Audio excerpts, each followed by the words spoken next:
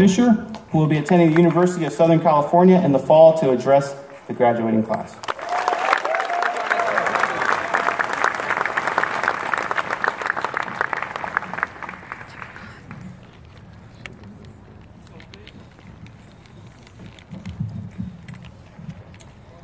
I should preface the speech I'm about to give by going into a little bit of why I was chosen. To put it quite simply, I was voted by the majority of the 40 other recipients of the valedictorian status, which is, by the blue boy, deserving of its own applause.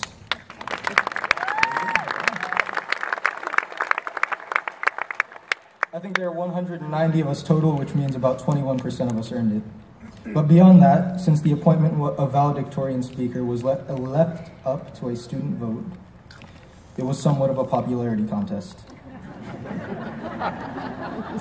Had it been based more off of merit and less off of preference, our speaker would have been Mark McDermott. Mark?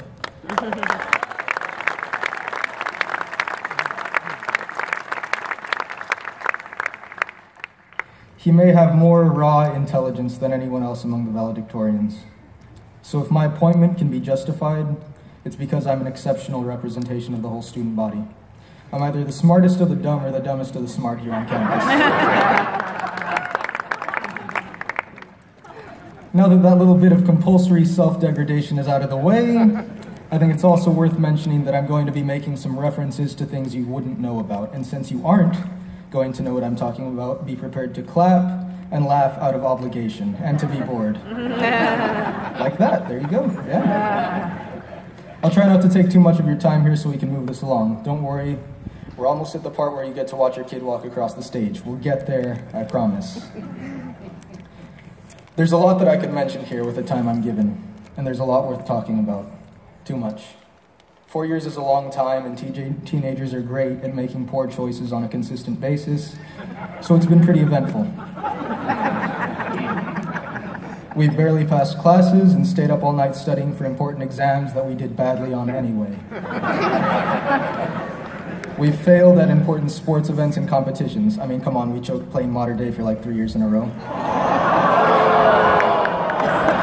We forgot to turn things in. We showed up out of uniform. At one point, somebody cross-dressed. We spent entire class periods on our phones. Somewhere in there, we decided to sing Happy Birthday to Miss Blakeman almost every day for about 2 months.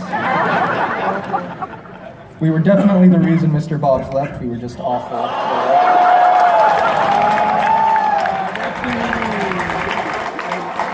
And this year, we stormed the court at one of our rallies. Yes, there were times when we did things we shouldn't have or weren't supposed to. The class of 2018 did make mistakes, but we also lived. That's not something everyone can say. We chose not just to exist, but to act in this world where tomorrow is never a guarantee. Between deciding whether to regret doing something or to regret doing nothing, we chose the former. And can you blame us? It's hard to tell your grandchildren a story that never happened. And so we've given ourselves the gift of memories made. We're reckless and motivated. We perfectly exemplify our own youth. It's our best and most defining quality, and I hope we never lose it. For that reason, I admire what we've done to the same extent that I'm supposed to officially disagree with it. But regardless of anyone's opinion of what has happened over the past couple of years, and the fact that we've probably almost always, and it varies from person to person, we'd almost always do it again. Amidst our faults and our failures, there was definitive success. We've had people get into Harvard, Stanford, MIT, and countless other colleges and universities, unless you can count to 165.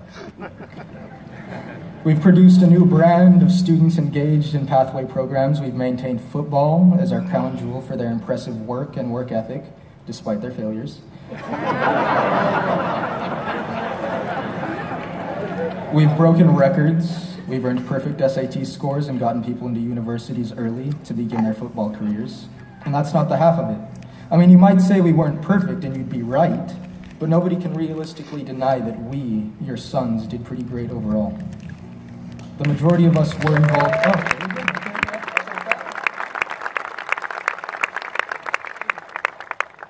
The vast majority of us were involved in sports, or took APs and honor classes, or made honor roll, or were engaged in clubs and other extracurricular activities, and more likely than not, we participated in some combination thereof. Out of the team captains and honor roll recipients, the star students and team players, out of this class, a group of individuals more than worthy of carrying the Bosco name have been forged. We are ready to go out into the world, and it wouldn't have been possible without the faculty and staff here. Where would we have been had Mama Shields not made her students dance on a weekly basis? Or had Mr. Bartelt not made us write group poems and read the Tao Te Ching? Where would we have been had Mr. Linares not said boys 8,288 times? You can thank Raymond Rojo for that calculation, by the way. Or had Mr. Vigil not roasted people on a daily basis? Had Mr. Perez not let his students use notes on every test? But in all seriousness, the faculty and staff were overall more than accommodating. The student activities were better than we ever gave them credit for, which isn't saying much because we never gave them any credit to begin with, but nonetheless. And as I said before, we are prepared. It's astounding that each one of us was able to maintain our individuality and still mature into a more complete version of ourselves, to have been influenced but not diminished. Among us, there are athletes, mathematicians, writers, journalists, comedians, musicians, leaders, and so many more. If it was our reckless motivation that got us here, then it's our personal uniqueness that'll keep us here. And if I can offer any advice to the class, it would be to maintain both. In the immortal words of Robin Williams, you're only given a little spark of madness. You mustn't lose it. Furthermore, even within the scope of our individuality, we're family. We're brothers. And in a very real sense, too. Our relationships with one another certainly aren't perfect, but we accept one another. And just as our high school experience was enhanced by the reality of our faults, our community was enhanced by its capacity to face and resolve conflicts. We've become what St. John Bosco sought to mold out of the first boys he took into his oratory. The final product sits before you today. With that, I feel I've said my piece, roasted my fair share of individuals. This class, this family, your sons, need no further introduction. I give you the graduating class of 2018.